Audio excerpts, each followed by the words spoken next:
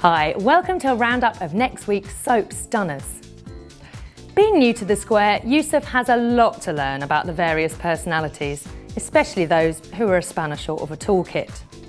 So, when he notes Phil's heart condition on a medical application and jeopardises a job possibility in Dubai, he instantly makes an enemy. Yusuf has already wound up Masood, recently thrown out by Zainab, when he drops in on her and pretends there's more than a visit going on. Maz calls home to give his wife a message, but Yusuf steps in and stops him, so a livid Maz follows Yusuf to the garage and picks up a weapon. But Phil interrupts just as things get nasty. He shocks Maz by telling him to carry on as if he wasn't there. Then he orders them both into his car. Oh no, not Epping Forest again. Actually, no, not this time. Instead, he takes them to a warehouse and drags a terrified Yusuf out of the car. Maz taunts him with a can of petrol and a match, but will he really go through with it? Meanwhile, Mercy has big doubts about marrying Fatboy, but he convinces her to go through with it. Then Ashley reveals it was he who rang immigration.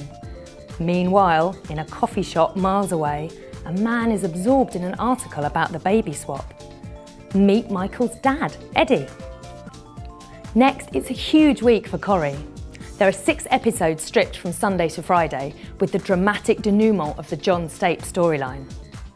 Fiz tries to call the police when she sees John with Colin's body, but he stops her and confesses all to his terror-struck wife. Then he takes the body to the canal and returns to urge Fiz to leave with him now, but she refuses, not until Ches is found. John learns of Katie's planned abortion and decides to return and get Ches to call her.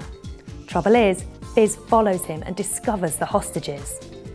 Fiz talks to the police and lies, claiming she knew nothing about his crimes, then later discovers John's hiding place, where he's holed up with Hope.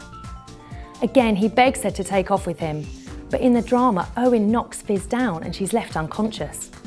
It's all building to a spectacular rooftop drama involving John at the hospital later in the week. Don't miss it. It's hardly any quieter for the McDonalds. Steve and Becky are at war as he thinks she's willing to sacrifice Amy for Max, and a social worker discovers Kylie isn't living with Max. Kylie initially backs her story about having full access, but then calls social services to explain she sold Max. Will Max be taken into care? I'd like to think so. Last, we're in the Dales. The secret of all good comedy and tragedy is timing, and Paddy gets it very wrong when he whines to Chaz how he feels left out in the baby stakes. Meanwhile, Rona is caught up when Aaron and Adam have a scuffle in the Woolpack, the result of which she goes into labour. Of course, Marlon is on hand to rush her to hospital, and by the time Paddy has heard, it's all over.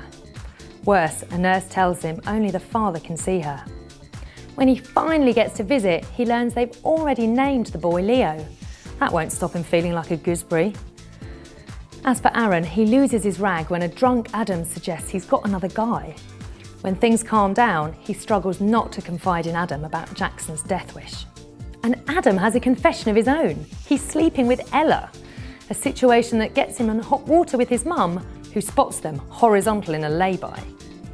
This is a woman married to a man who holds the future of the farm in his hands. You can imagine her advice to him. It's not pretty, but nor is Ella with Adam.